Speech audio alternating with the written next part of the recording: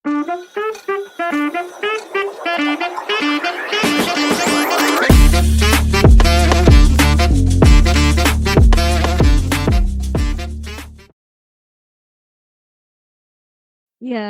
izinkan hari ini saya Aisyah dari tim TKRS RSNM Jawa Timur bersama Dokter Deborah. Hari ini kami akan membahas tentang glaukoma terkait dengan peringatan World Glaucoma Week tahun 2025 yang setiap tahun kita peringati setiap tanggal 9 sampai 15 Maret ya, Dok ya.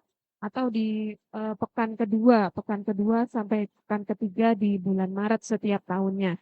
Jadi Bapak Ibu di lantai 3 rawat jalan RSMM Jawa Timur ini kebetulan salah satu klinik yang ada di sini adalah klinik glaukoma. Jadi mungkin salah satu, salah dua dari Bapak Ibu yang ada di hadapan saya ini mungkin adalah pasien glaukoma. Benar ya? Ada yang pasien glaukoma Bapak Ibu? Ada, baik.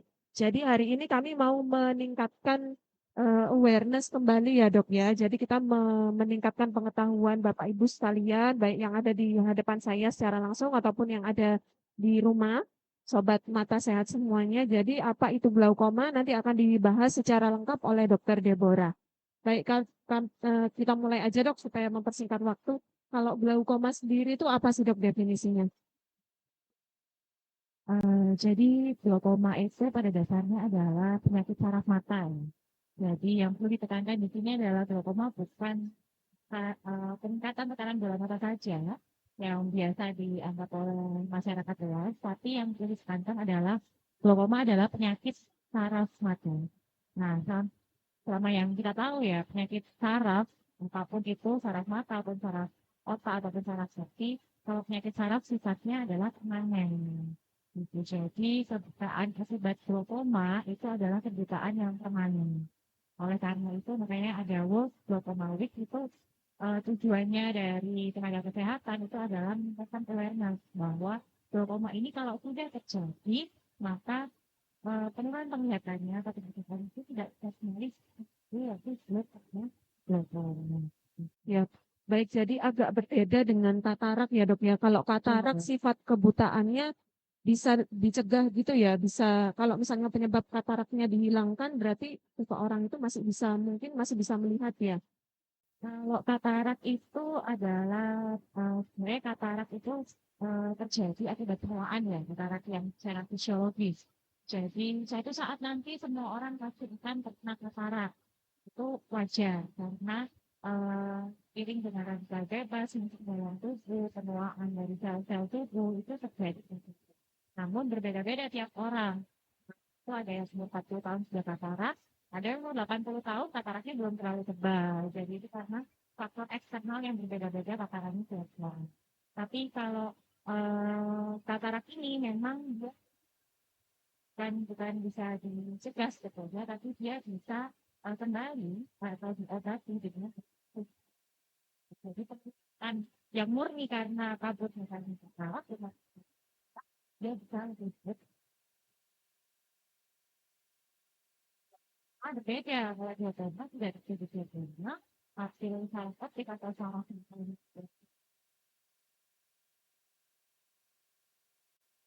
ya. Kalau yang katarak tadi berarti faktor utamanya bisa jadi karena faktor penuaan ya dok ya. Kemudian juga faktor gaya hidup juga. Kalau untuk glaukoma sendiri faktor penyebab utamanya apa dok? Glaukoma ini agak susah karena dia banyak sekali faktornya, mulai dari genetik bisa, dari ras bisa, keturunan juga besar pengaruhnya, dan juga pengaruh lingkungan juga bisa. Yang bebas itu yang paling itu terjadinya glaukoma. Kalau misalnya glaukoma berarti tetap bisa dicegah nggak dok? Tergantung tergantung jenisnya ya. Jadi glaukoma ini ada dibagi dua sebetulnya. Jadi ada yang primer, ada yang sekunder. Kalau yang primer itu memang murni karena ada faktor genetik, ada faktor turunan, faktor ras yang mempengaruhi. Itu memang kita istilahnya kita meningkatkan awareness untuk memeriksakan mata. Gitu. Jadi, tapi kalau misalkan glaukoma yang penyebabnya sekunder itu penyebabnya lain selain genetik, ras, dan lain sebagainya. Nah, bisa jadi karena katarak itu bisa menyebabkan glaukoma juga kalau kataraknya sudah terlalu tebal.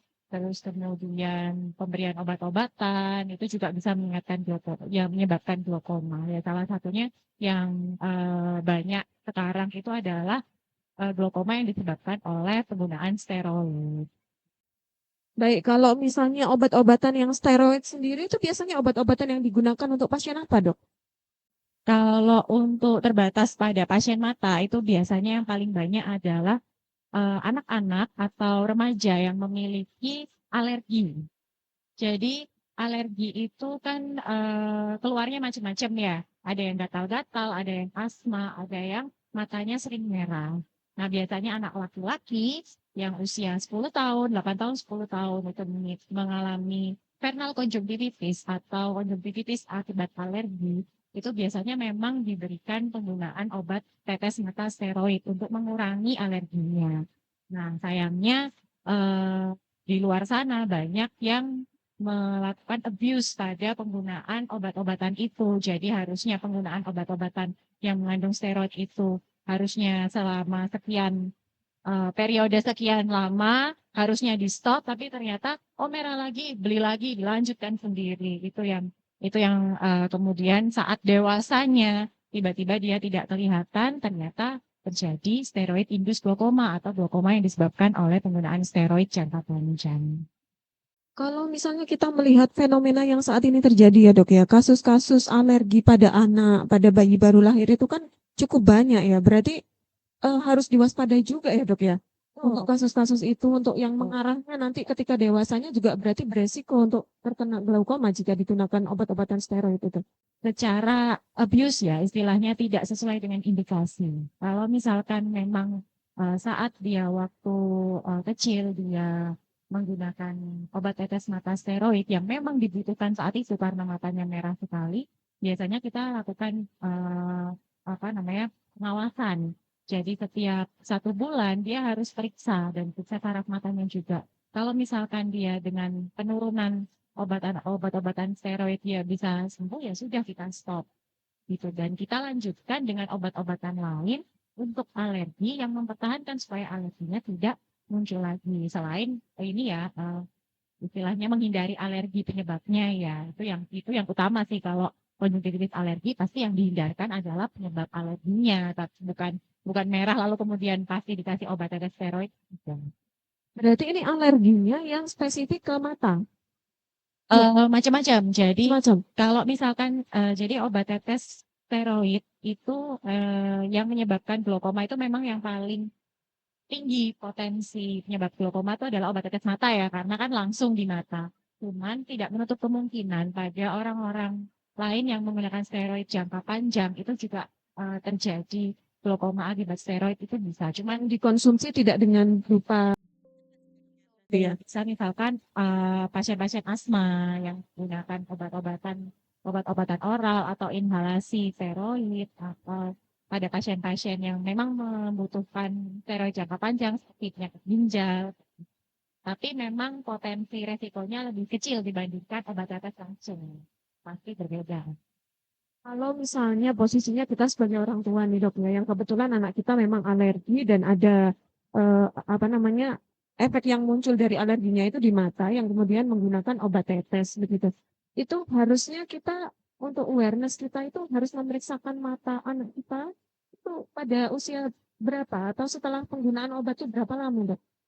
Jadi penggunaan steroid dari pertama kali penggunaan steroid sampai dia bisa meningkatkan tekanan bola mata. Jadi glaukoma itu faktor resikonya adalah tekanan bola mata ya. Jadi tekanan bola mata itu tapi adalah faktor resiko utama. Apakah ada orang yang tekanan bola matanya normal bisa kena glaukoma? Ada. Namanya normal tension glaukoma. Itu mungkin next time kita Nanti sesi selanjutnya ya, Dok ya. Baik-baik. itu panjang ceritanya. Nah, tapi memang tekanan bola mata itu yang meningkat itu adalah faktor resiko terjadinya glaukoma. Nah, sedangkan penggunaan steroid itu terhitung 2 minggu sampai 1 bulan sejak penggunaan steroid itu bisa meningkatkan tekanan bola mata. Makanya disarankan setelah steroid kira-kira 2 minggu sampai 1 bulan harus tekanan bola mata ke dokter mata dan juga periksa saraf matanya. Begitu. Berarti cukup pendek ya waktunya dok. Setelah penggunaan 2 minggu sampai 1 bulan Bapak Ibu terhadap obat tetes yang mengandung steroid, itu berarti kita harus mengecekkan mata kita. Kalau misalnya pada saat pengecekan pertama ternyata oke masih aman ya dok ya, tetap pemeriksaannya berlanjut secara rutin atau seperti apa? Bila memang masih dibutuhkan penggunaan steroid, nggak apa-apa. Pokoknya harus cek terus, cek berkala ya, setiap bulan atau 2 bulan gitu. Tapi kalau misalkan sudah tidak ada indikasi untuk penggunaan steroid, ya kita hentikan atau kita tapering off ya. Jadi diturunkan dosisnya pelan-pelan. Karena memang pada beberapa orang, terutama yang alergi atau misalkan pada pasien-pasien mata yang uveitis atau peradangan mata, itu memang tidak, karena begitu di stop dia ada beberapa orang yang muncul lagi, keluar lagi. Jadi memang harus diturunkan pelan-pelan supaya kalau misalkan memang waktu diturunkan pelan-pelan gejalanya muncul lagi, kita kembalikan ke dosis awal dengan pengawasan ketat yang pasti, terutama pengawasan tekanan bola mata. Mungkin kalau misalnya pasien-pasien yang sudah ada indikasi glaukoma mungkin sudah paham ya dok. Mungkin boleh diulas sedikit nggak dok gejala-gejalanya yang mungkin dirasakan sama pasien kalau yang didiagnosis glaukoma itu apa aja dok? Karena glaukoma ini banyak macamnya ya, jadi ada yang primer, ada yang sekunder, ada yang kronis, ada yang akut. Kalau yang akut jelas, misalkan pada beberapa pasien mungkin pernah sudah mengalami gejala yang itu yang harus diawasi adalah apa namanya, apabila steroid ya harus evaluasi terus, evaluasi berkala dan jangan sendirian. Ya, siap. Jadi mungkin seperti yang dijelaskan tadi ya Bapak Ibu ya, kalau misalnya yang mengalami 1 atau 2 gejala yang sudah disebutkan oleh dokter tadi, mungkin kita harus lebih waspada ya. Harus cek kondisi kesehatan mata kita ke dokter spesialis mata. Terus biasanya kalau misalnya kita udah ke spesialis mata gitu, biasanya dilakukan pemeriksaan apa dok untuk memastikan itu glaukoma atau enggak gitu? Jadi tanda pasti dari glaukoma itu adalah gaum papil. Jadi ya saraf mata atau papil saraf mata yang menuju ke otak, dia akan mengalami pengikisan perlahan akibat tekanan bola mata tinggi atau sel-sel sarafnya yang mengalami glaukoma itu tadi. Nah, gaum papil itu bisa dilihat dari pemeriksaan slit lamp seperti biasa.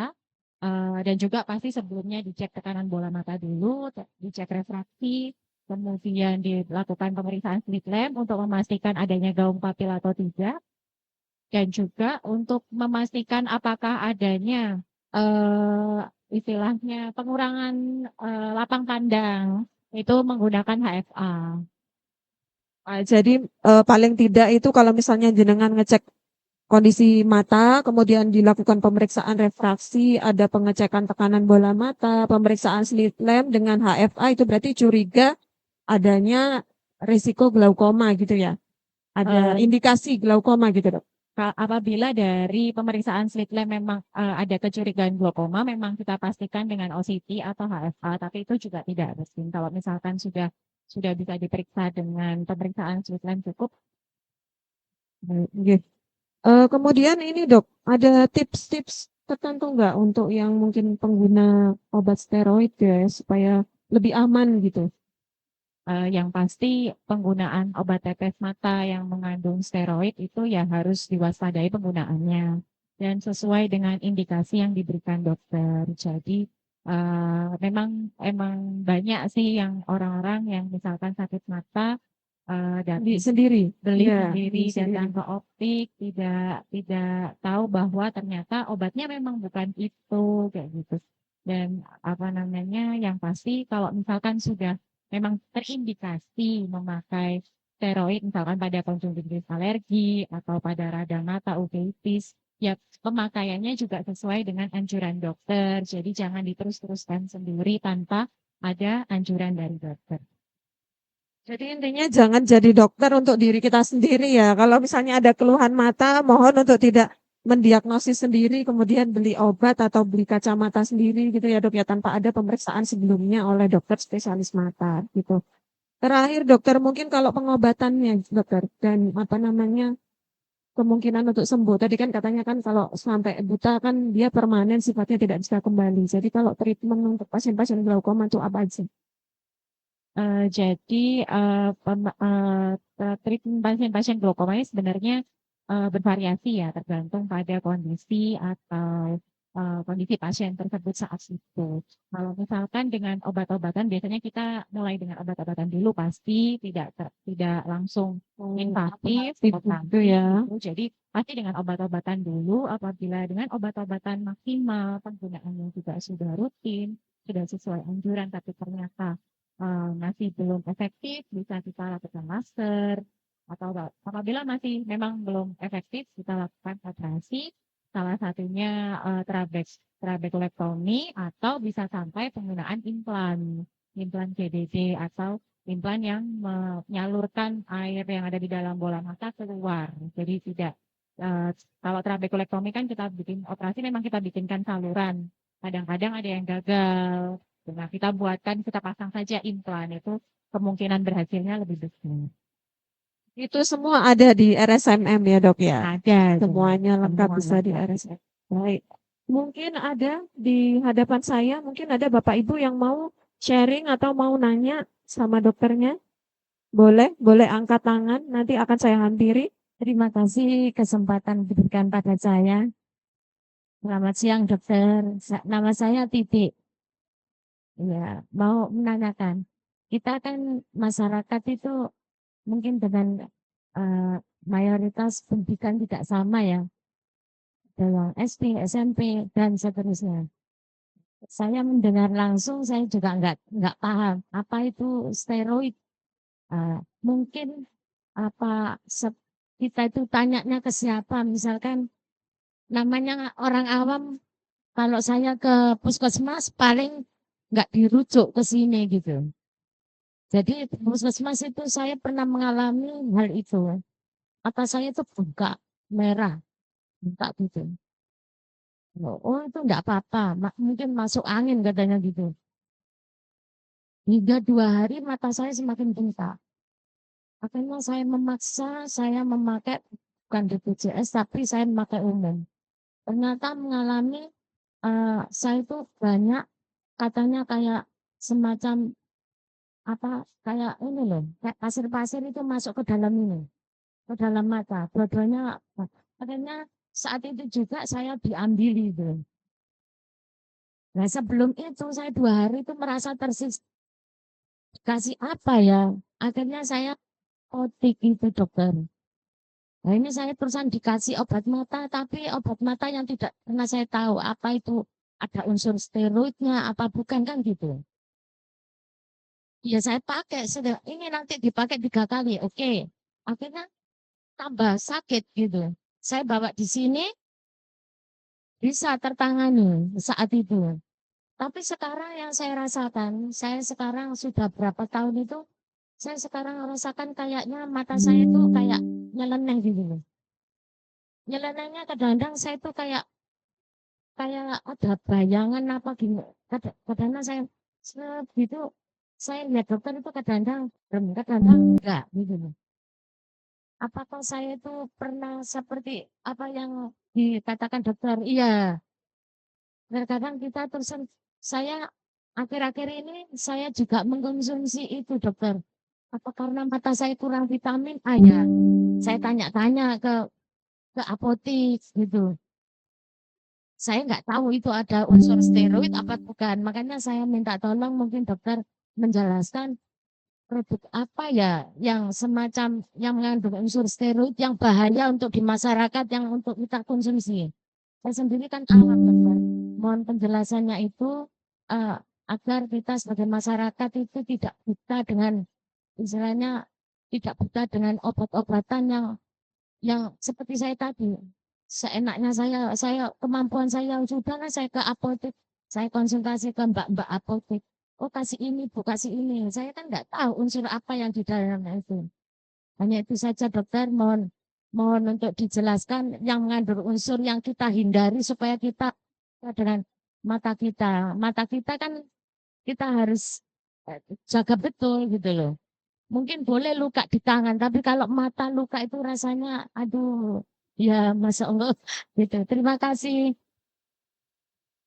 Ya pertanyaannya, mungkin Kalau boleh saya rangkum pertanyaannya, apa ya Dok ya, obat-obatan bebas yang mungkin bisa kita dapatkan dari apotek langsung itu yang kita perlu curigai atau kita waspadai itu mengandung steroid?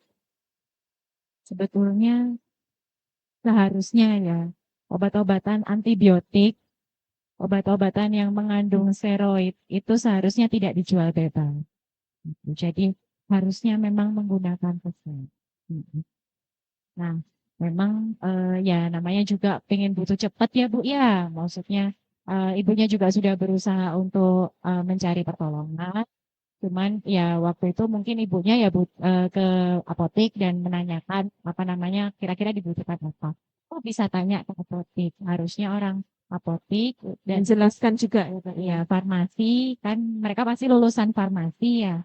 Itu mereka harusnya tahu komponen-komponen steroid itu yang seperti apa. Ibu tanya saja, ini kalau saya eh, pakai ini apakah ada kandungan steroidnya gitu. Soalnya saya dengar nggak boleh sembarangan. Nah, kalau pakai pakai ini harusnya berapa lama boleh saya teruskan sendiri atau tidak. Itu sebenarnya harusnya tanyanya sama dokter sih. Tapi kalau misalkan ibu mau tanya ke orang farmasi, cukup tanya ini ada kandungan steroidnya atau tidak. Itu saja harusnya mereka sudah tahu. Berarti faktor keamanan yang pertama, Bu, tadi seperti yang dijelaskan ya. Jadi kalau obat-obatan yang mengandung steroid itu biasanya tidak bisa kita beli bebas. Jadi memang harusnya menggunakan resep dokter. Kalau misalnya itu termasuk resep bebas yang Ibu bisa dapatkan, secara umum mungkin itu harusnya tidak mengandung steroid gitu ya, Dok ya. Harusnya Harusnya begitu. Kemudian yang kedua, jangan ragu untuk tanya pada apoteker. Kalau misalnya Ibu mau beli obat, boleh. Kemarin tuh saya kok dapat info begini ya Mbak, kalau penggunaan obat-obat steroid itu bisa meningkatkan resiko untuk terkena glaukoma. Apa obat yang akan saya beli ini kira-kira mengandung steroid nggak ya gitu? Mungkin harusnya nanti akan dijawab oleh tim apoteker yang Ibu temui gitu ya.